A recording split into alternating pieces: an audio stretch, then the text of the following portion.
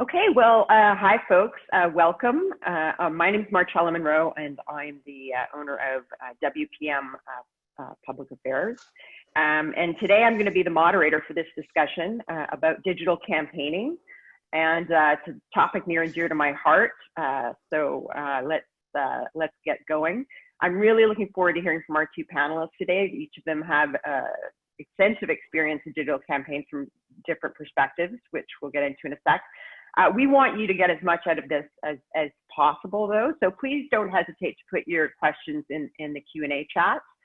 We will try to get to as many as possible as the time allows. Okay, so to our panelists. So Chris Rougier. Chris is a partner and accounts director at MPH Agency, one of Canada's leading direct marketing agencies for advocacy, stakeholder engagement, and corporate communications. Hi, Chris. How are you today? Great.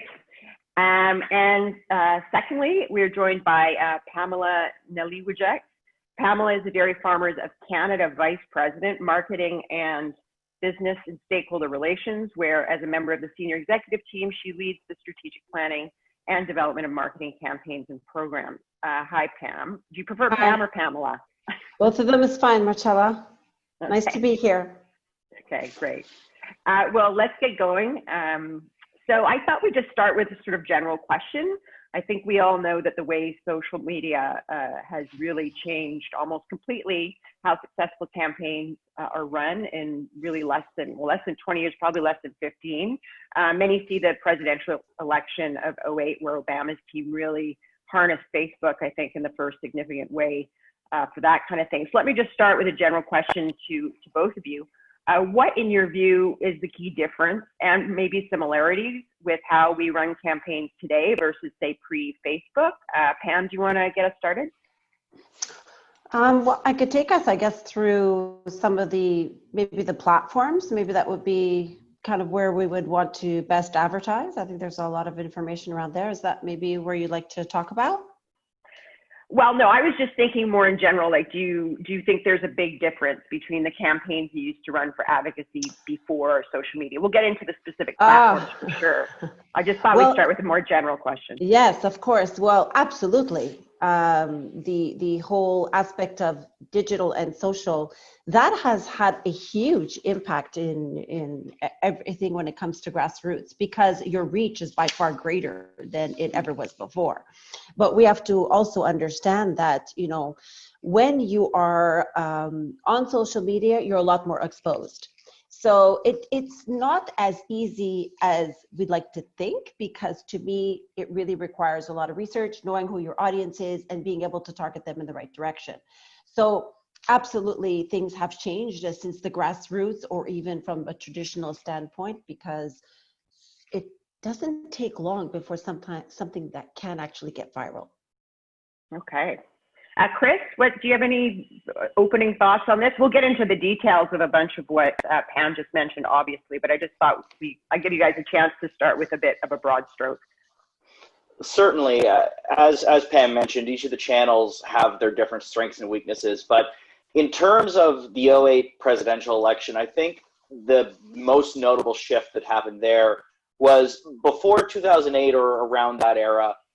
Social media, email, online communication was very much the domain of what I consider a communications department in a campaign. So it is one-way communication, pushing information out, such as, you know, press releases, campaign messages, this type of thing.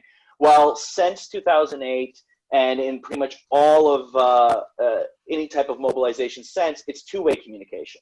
Not only are you pushing information out, but you're getting feedback from your users, you're getting feedback from your voters, your stakeholders, whoever you're trying to communicate with, that you have to engage with them. I think we'll all say there's nothing more disappointing than a social media platform that doesn't engage with their followers. And since 2008, that's been the biggest change, is that social media and technology has moved from the communications department into the ground organization or the mobilization or whatever you want to call it, but where you're directly communicating back and forth with your target audience. That's excellent. It's in real time too, and as we know, it's brought sort of comms and operation a lot closer in some ways. So obviously, as you pointed out, these platforms can also help build large followings for issues or organizations quite quickly. So why do you think that grassroots lobbying is still so effective? Is it more effective? And what kind of time do you think is needed to generate grassroots support? Chris, should we start with you on this one? Sure. I believe it's actually grassroots lobbying, grassroots mobilization is actually more important than more traditional government relations tactics, particularly at the federal and provincial level. The reason for this is rather complex, but unfortunately there has been a hesitancy amongst elected officials in recent years to communicate with government relations professionals one-on-one due to various legislation and all of the hangups we have to deal with on that side of things, but also with the ever-increasing election cycle. Politicians more and more are having to look towards the next election, which means counting votes. And so when you're coming to these elected officials, they need to know what type of movement you have behind you. Is it just you and a few friends? Or are you bringing an army of followers that can be mobilized to vote, that could be mobilized to get out, to push these politicians one way or the other? So the reality is now, at least in the way our public affairs industry works, is that you have to be building an army for your cause, because if you don't have that with you, it's going to be a whole lot harder to get the attention you need from elected officials. Well, I've certainly found that. Pam, what's your experience on that? Because of course the dairy farmers have very sophisticated grassroots campaigns. What's your sense of how that's come together and why it's so critical for you? Well, I can speak to more specifically a grassroots campaign that was really impactful for us, specifically that mobilized supporters and consumers, and it got them to enter into that conversation, and it continues today. And if you recall, back in the late 2018, really at the height of the final negotiation phases of CUSMA, that's where DFC launched an awareness campaign, a Blue Cow logo campaign with very little preparation. And very similar to what was mentioned, is the objective is really to mobilize grassroots support and get consumers mobilized in order to be able to contact their government decision makers and the members of parliament. And so you're going to be leveraging your supporters, your database, of course, but then of course you want to mobilize a whole bunch of new people. So that was a combination of elements to really leverage that support. So we used our supporters, we engage a lot with our dairy farmers. They're very much participative and they're on standby. And then you kind of develop your campaign messages with a focus. In our case, it really was about keeping our milk Canadian, and by asking decision makers to stand up for our industry. In addition to that, you kind of like layer in something else, and that's a media platform in order to be able to get your reach and get more supporters with a call to action. So in our case, there was the element of grassroots that was able to mobilize and actually got people writing in specifically to their decision makers and members of parliament. And then in addition to that, we did a consumer facing campaign because we wanted to let people know it was a serious concern and there was an uprising issue of basically, how do I know what I'm purchasing? So this was an implicit tie-in that we had done with the advocacy campaign. So this is an example. So you obviously, time is great if you can do it, but the most important thing is seizing the moment and being able to pivot quickly. Great. Well, I think the specific examples are always helpful in these situations. Pam, I want to go back to what you were starting to talk about when I so rudely redirected at the top. I certainly have had clients that think going digital means all platforms at once. And for folks that maybe don't have a level of engagement yet, or maybe they've only been using it for marketing, not necessarily for a public affairs purpose. Obviously, that could be a waste of time and resources, depending on what they're trying to do. So for you, which social media platforms do you think are the best? in terms to advertise on, using these kinds of campaigns that you've just described? And is it different based on the issue, organization, or goals? I mean, you can answer and talk about any part of that. I'm going to say a lot that what's really important is research. And there's not really any particular platform that I can say to advertise or to build on in regards to a grassroots campaign. It's more important to understand and have a good understanding of your audience. So, I'll repeat a few times, most likely in our conversation on research and insights and how it's important to be able to understand that in a context of today. So to me, research plays a fundamental role when you know and to whom you wish to target your messaging. For example, who they are, what are their interests, research to determine like where you should focus your efforts, understand some of the fundamental differences between the platforms, and then segment your audience, your objectives, and then the right platform will be clear. We clearly identified who we want to speak to. And, we know that there's different platforms, but it's not one size fits all because, again, different platforms do different things. And as I said, the power of social media, can't be understated. So to me, it's the research to understand who you're talking about in order to be able to reach the right platform. I think that's a really interesting point. And Chris, I don't know about you, but I always joke with people that I don't like to fly blind, which means basically what Pam just said. I want to do research first.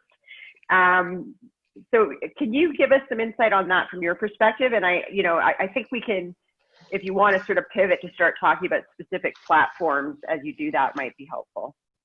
Sure. Obviously, the social media platform space is constantly evolving. To try and keep up with this, I will admit I recently signed up for TikTok, and if you want to lose half of your day watching useless videos, TikTok will definitely do that. But what I had to get my niece to explain it to me. What drew me into looking into this was an interesting phenomenon. I'll give it's an international example, but I think an excellent one was how the K-pop movement, Korean pop music movement, decided in America to overwhelm Instagram and TikTok feeds that were traditionally used by hate messages and white supremacists in these groups, and they used those hashtags to overwhelm it. So this type of activism is now spreading across all of the social channels. Traditionally, and very much here in Canada, Facebook is probably still the most dominant force when it comes to engagement online. Overwhelmingly, voters, overwhelmingly constituents, they're on Facebook, they're reading Facebook, and they're reading and, for better or for worse, trusting the content they see on Facebook. So if you're talking to, it's sort of the base minimum where we start. Twitter, as an example, is more often for the chattering classes. Very rarely can something gain steam on Twitter that, an old adage I used to have written on a plaque on my desk back in party days was, yeah, but will it get us votes? Twitter still isn't into the vote moving category, but it does drive media, it does drive attention, it does drive eyeballs, and so that can quickly become a problem down the road if things take off on Twitter, but it means you have a different message there than what you have on Facebook. And then finally, where I think and a lot of organizations are spending most of their time is on Instagram. More and more it's image focused, more and more it's about telling the stories. Really good campaigns I've seen is, I can't remember which one exactly, but it was one of the fast food chains that used Instagram to dispel myths about their products. And it worked really well, incorporating video, images, and story narrative in a way that I could consume in a 20-second clip. So understanding the strengths of each of these platforms is extremely important. Understanding, as Pamela said, who they're talking to, who your audience is absolutely critical, and understanding which platform your audience is on. Sometimes in public affairs, we want to drive a media story. We want to put things on the front page. Well, then we got to get on Twitter. Other times we need, older, more established demographics, we're moving to Facebook. If you're looking for younger demographics, you're moving to Instagram or TikTok or whatever the next thing is going to be. So I think, I hope I answered your question there, but that is largely the specifics when it comes to the platforms. Sure. I'd like to, if you don't mind, I could add a little bit to that. If you'd like. I know, Chris, you mentioned about TikTok, and that is definitely a platform that I'm focused on because of specifically the demographic, and I find it's really good for those provocative type messages, to get people to think and feel in a certain way. You can prime them up and start building them up. I agree. Like Facebook can help you to build a longer type form stories. It's for us, it's important for dispelling those myths and misconceptions. So it really enables you to be able to do that. Very much in agreement with you, but TikTok is very interesting. And, your reference of what you meant might also be the origins of TikTok itself that has maybe some influence on how it can potentially share that information with that whole K-pop movement. But that's another topic. Everything's in. So I think I agree with all of that. I think I've always looked at Twitter as more of a narrative development tool, talking to journalists. To Chris's point, I definitely agree Facebook, especially when you're trying to micro-target writing. Facebook and the data sets there has been super important in the work I've done. But now that we're talking about data, and especially TikTok, we know there's some concerns about TikTok in terms of, whether or not perhaps China is using it for data collection or narrative manipulation. And certainly Facebook, we just saw yesterday, of course, the social media giants having to testify before Congress again. How do you talk to your clients, and what do you worry about or think about when it comes to issues around privacy, security, misinformation? Chris, do you want to take a stab at that? Sure. So when it comes to data and privacy, there's a couple different angles you need to look at here. The first is if you're collecting information online, if you're collecting lists, names, emails, these types of things, making sure that information is properly secured. This is going to sound a little ridiculous, but one of the things I always ensure is that my clients, even if they're using cloud storage, it's Canadian-based cloud storage for all of their data, for the simple reason that if you ever do run into any problems, your Canadian lawyers know the privacy legislation. If your cloud storage is offshore in another country, that's nation's laws that you're being adhered to. So that's one of the things I sort of put near the top of my list when it comes to data security and data protection. When it comes to things like misinformation and communications, this is going to be a challenge we're all going to be facing for a very long time, is sifting the wheat from the chaff when it comes to information. At this point, I have yet to see a comprehensive way of handling it. Obviously, you need to protect your clients or your own brands and identity. So the minute somebody is ripping that off or using it inappropriately, you need to report it. You need to be monitoring it. You need to be on top of it so that the minute you see that your brand has been co-opted by anyone that's not authorized by you, you're reporting it to the various providers. You're doing everything you can to make it very clear that it's not you, because that can lead to problems very, very quickly. But it's really, unfortunately, as I said, with the data privacy, you can be very proactive in protecting your information. When it comes to misinformation out there, it's almost reactive. You have to wait for it to pop its ugly head up, and then you smack it down hard. Okay, before I move to Pam on this, I'm just going to remind folks, you can ask us questions at the Q&A. We're starting to get a few right now. So I'm also going to encourage our panelists to maybe get their answers a little shorter, because we don't want to run out of time for that.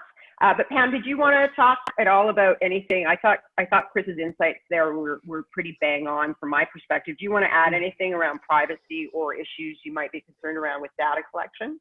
Well, I think data ethics, I have to say it's a hot, but really hot button at the moment. In fact, World Federation of Advertisers recently published data ethics guides just last month. So that I'm sure will start gaining some more traction across to us. And it's for us, it's a lot more the email specifically. That's a medium, and it's a medium where you could use different attributes. And this is something very specific in the sense that that's a lot of the outreach. And then basically, if you have your consumer or somebody that's interested and opts in, because that's the way that you're able to do it in that manner. And then if they're opting in to request for the content, then that's how you're able to communicate with them. But if they're no longer interested, then you have to remove them from your data list. I find when it comes to myths and misconceptions, I can tell you that that's something that we face, and Sure. it's part of what we do in terms of our communication to be able to provide the correct information in a very transparent way. I think it's very important but that takes time, and it doesn't happen. It's a journey, and it takes time. I find when it comes to misinformation, specifically privacy or any of that, or somebody misusing the logo, or you have community managers, and many organizations, companies have community managers that help to help that communication process, and also are able to zero in and target. It's also social listening, if you're able to as well monitor what's going on, and then you're going to be able to jump on it, just as Chris mentioned. Yeah, I think that's a really great point. And we don't, although email is such an important tool, whether you're talking to your clients, your customers, it's we don't talk about it as much anymore. And yet you're quite right. That's sort of the main avenue for a lot of it. So on that note, I think an interesting question that kind of relates to some of that is how do you go about, are there tips that you can give about converting, say, a share or a like, I guess a retweet, a repost? It's one thing for us to, in our busy way, to go retweet something or like something on Facebook. It's another thing to be willing to take action. Pam, why don't we just keep going with you for a sec? It's a good question. I'm going to go back to, again, converting a like we think it's so easy, but you have to be able to use the relevant themes to build top of mind awareness on that. So you've got to take them through an awareness journey and building on that ecosystem. It's like a funnel that requires a laddered engagement. But it starts with building awareness on the platforms, and it's with that content that's going to engage them and reaches them at the right time. So, you need to provide value to your targets so that they're interested. So it's education, it's about informing, focusing on the issues, and telling the story of what matters most to them. So that's how you will get people to empower and educate and help push the conversation. And to me, that conversation is better, and you'll likely get a convert on social media. But again, like I said, it's a long-term process. It takes time, investment, and you have to be authentic to build a strong brand and a story around it for the people to like you. Chris, I think that's a great jumping off point on this, because it is so much sometimes about building that narrative arc and then figuring out when to make the ask and what to ask for, I guess, during a campaign. What's your sense of how you get to conversion? How do you get from someone just saying, yeah, that's a good point, to, I'm going to call my MP's office? So Pamela's already addressed the importance of a build and a narrative, and starting with interest and then slowly taking them to action. What I always remind a lot of my clients when we're talking about designing the ads for this and designing the copy and the content is, it's not about you. And what I mean by that is, it's not about my clients. It is about the audience. It is about what their concerns are, what their issues are, what their challenges are, and this is in many ways like marketing, what their pain points are. And being able to take your message and your narrative and show how your goals and their goals align, and you can make their life better or easier, or something like that. Or worse. Or worse. Or, yeah. or if you do nothing, the government's going to do, something horrible.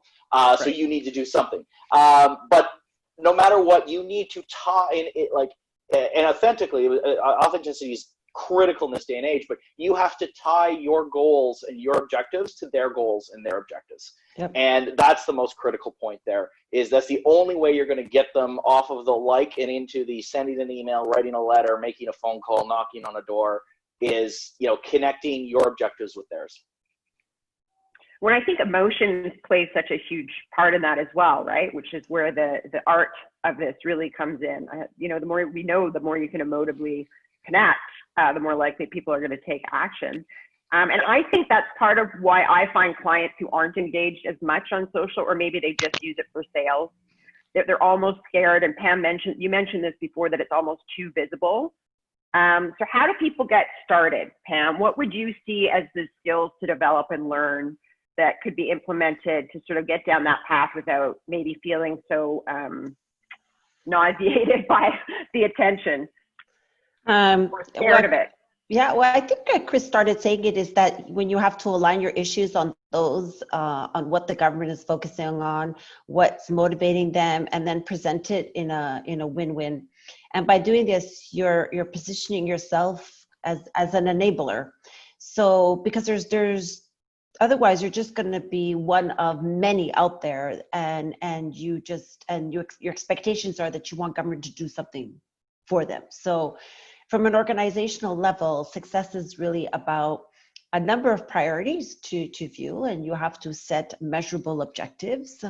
I think that you should not have a lot of priorities. You have to focus in, and you need to be disciplined, rigorous. You have to dilute you have to not dilute your message, and knowing your audience and what motivates them is really around that singular message. So. And then you look at your digital and your social fundamentals landscape, and then you're going to see how that applies to your business. So, right. And last, I would say you have to really continue to look at the emerging digital platforms and understand how and when to activate them. But you also have to activate them based on what everybody else is using. And if you want to be able to reach your decision makers, use the platforms that they use as well. I think that's an excellent point. Chris, what do you say to clients or friends, I guess, that are running campaigns when they are a little bit daunted, maybe a little too shy of some social media engagement? What's your advice? So this is actually one of the hardest things. I started doing this during COVID, of doing regular posts on behalf of my organization, and coming from a campaign world where, I enjoyed being in the back room. Putting your face on camera is a bit challenging, a bit daunting, but the best thing I can say, and particularly if you're just starting out, if your cause, your client, your organization doesn't have a very large presence, start with the easiest, which is introducing yourself. Corporate brand personal brand is corporate brand now. The reality is nobody wants to be friends with or like a company or an organization. They want to be friends and be associated with people. So show the people behind your cause, the people behind your organization. It can be as simple as a 45-second interview with the CEO or the vice president of public affairs or the executive director of your organization, whatever it is, but where you relay a little bit of information about who they are and why they're doing this. At the end of the day, the age-old adage of nobody's going to care, I can't remember exactly, but nobody's going to care how until they know how much you care. And so show them that, and it's an easy way to start is just by introducing the people in your organization. I think that's a really great advice, that personalization. I think it really brings the authenticity if you can connect a senior leader to a brand or a direction. I'm going to take, if you both don't mind, let's take a question from the folks watching. So this one's from Michael. If your audience is a business as opposed to a consumer base, so business to business environment, which social media platform do you recommend? And he says that they've been targeting LinkedIn. Chris, you want to start us off? So the first thing I'll ask is, what's your goal? Is your goal a public affairs goal where you're trying to change government, or is it sales, or is it something in between? Certainly, you get more professional, more of a professional feel on LinkedIn. LinkedIn is by far the place you go when you're talking in the business world, especially in the last 4 or 5 months. It's taken off exponentially. But if you want to talk to people, you're still going to Facebook. I usually run LinkedIn and Facebook in tandem with each other, so they're running together with very, very similar messages. LinkedIn is the one place that you can speak as an organization instead of as a person, and it'll still be consumed.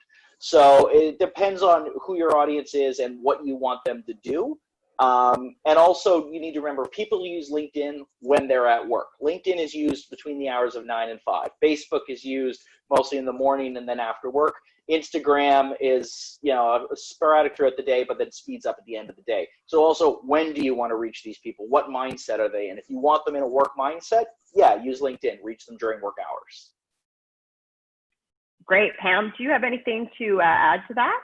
No, I think he's pretty good. Yeah, he's covered that question. Okay, well, why don't I start you off on another question we have from one of our participants.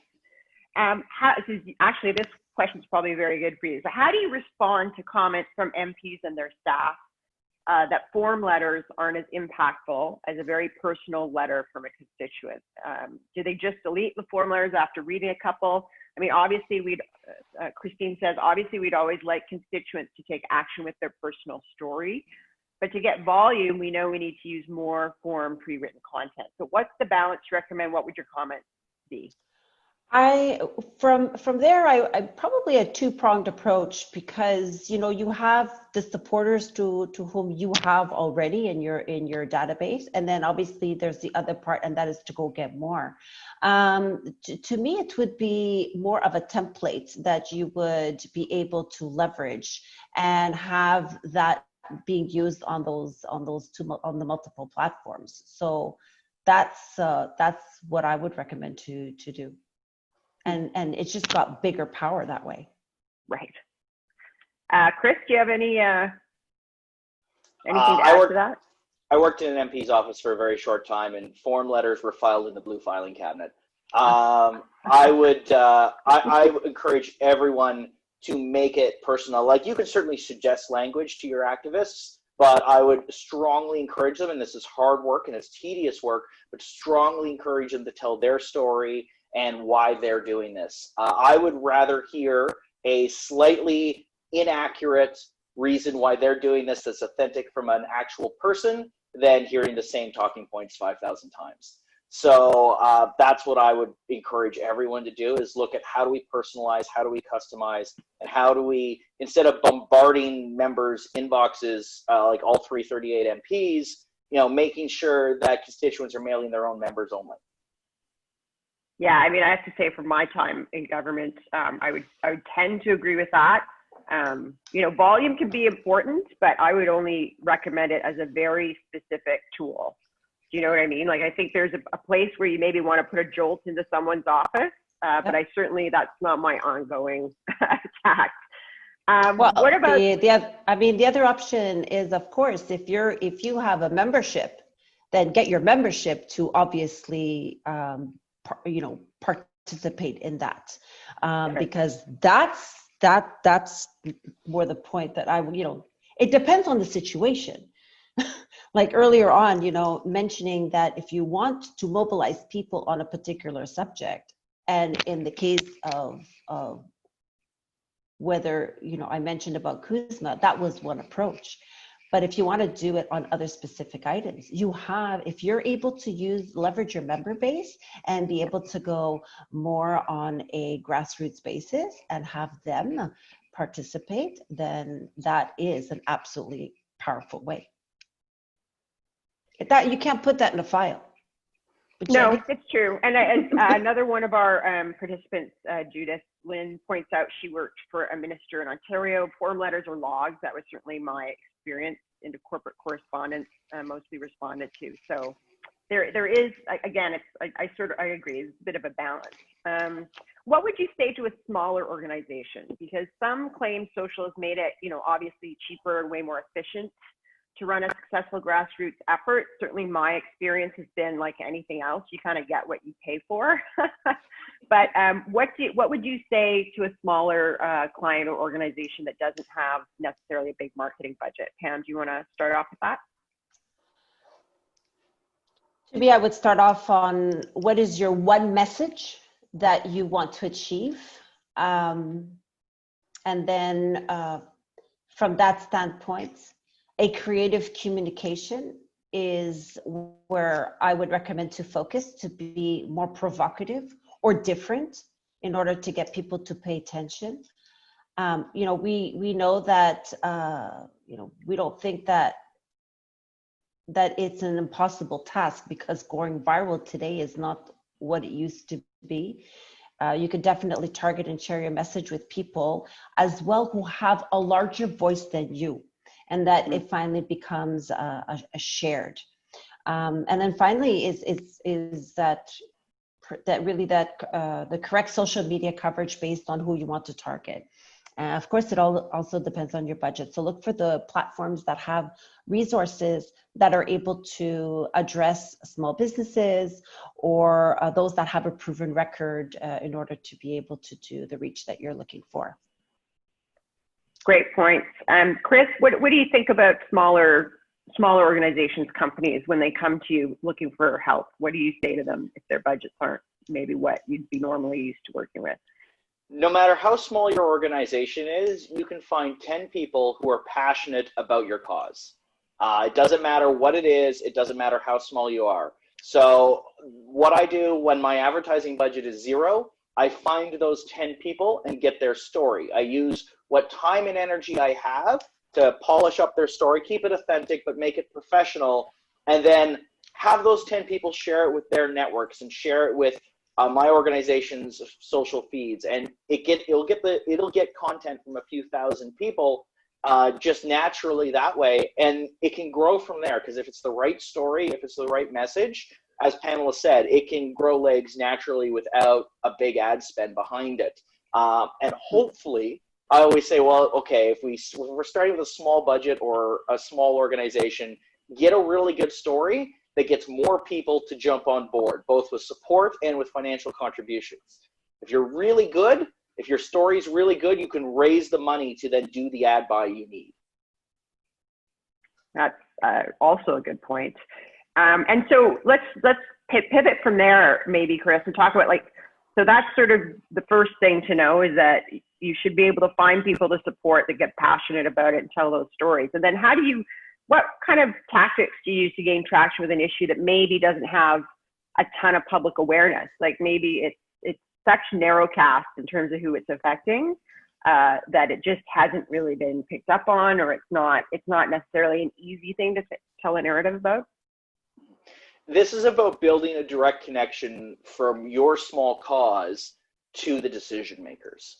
And this is a place where traditional GR starts to come back into the mix, where we need to get this issue to the top of the fold. It's never going to be front page of the newspaper. It's never going to be top of National News Watch or anything like that. So you need to go direct and tell the story. And that, again, is where it's getting those authentic stories, bringing them together, and showing the impact your small cause can have, or your small campaign can have with the few decision makers you need to influence. Sometimes it's less about getting out the megaphone and notifying the entire country that you're under siege, and sometimes it's just about showing that there's a small group of committed people that need help or need a change or need support in some way, and that's the way you go about it. Right. And maybe it's about who you're targeting as well, right? A whole government compared to, say, one MLA or MPP. Exactly. Pam, do you want to respond to that? And I know we have just 3 or 4 minutes left, so you can chime in on anything Chris has said, or feel free to give us some final thoughts, I guess, as we talk down the clock. I would identify some potential partners in order to be able to leverage their network and to inform a broader public, because and as to why they should care for the issue. And it has to be irrelevant. So that's kind of that approach to take, build alliances with like-minded organizations to grow that voice so that you don't compete each other. And I think there's a lot more value to collaborate. I think that's an excellent point. We haven't really touched on the stakeholder engagement piece of this. So we've got a few minutes left. I do have one question from another participant. And this is actually maybe an interesting note to end on. It's pretty broad. So it's from Stacey Ann, and she says, how can Canadian content and issues stand out in crowded American-owned social media platforms that's usually so dominated by US content, whether that's sports, American politics, American celebrities? Pam, you want to take a swing at that? I think that's a pretty good one. Yeah, it is. I'm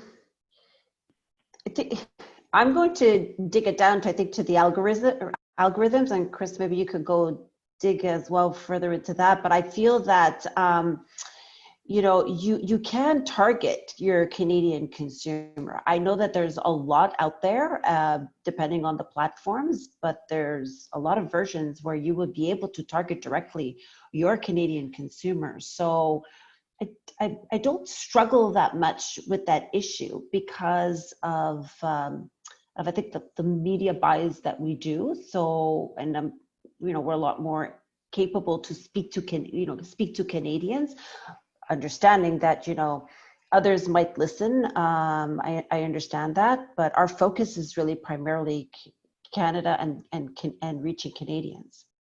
I don't know, Chris, if you want to add to that. So I think there's just two things I want to add to that. Yeah, you can limit your audience to the Canadian only audience, and by far I encourage that. Limit it even more if you can do that to, as Marcella said, to specific ridings or specific provinces or specific groups of people.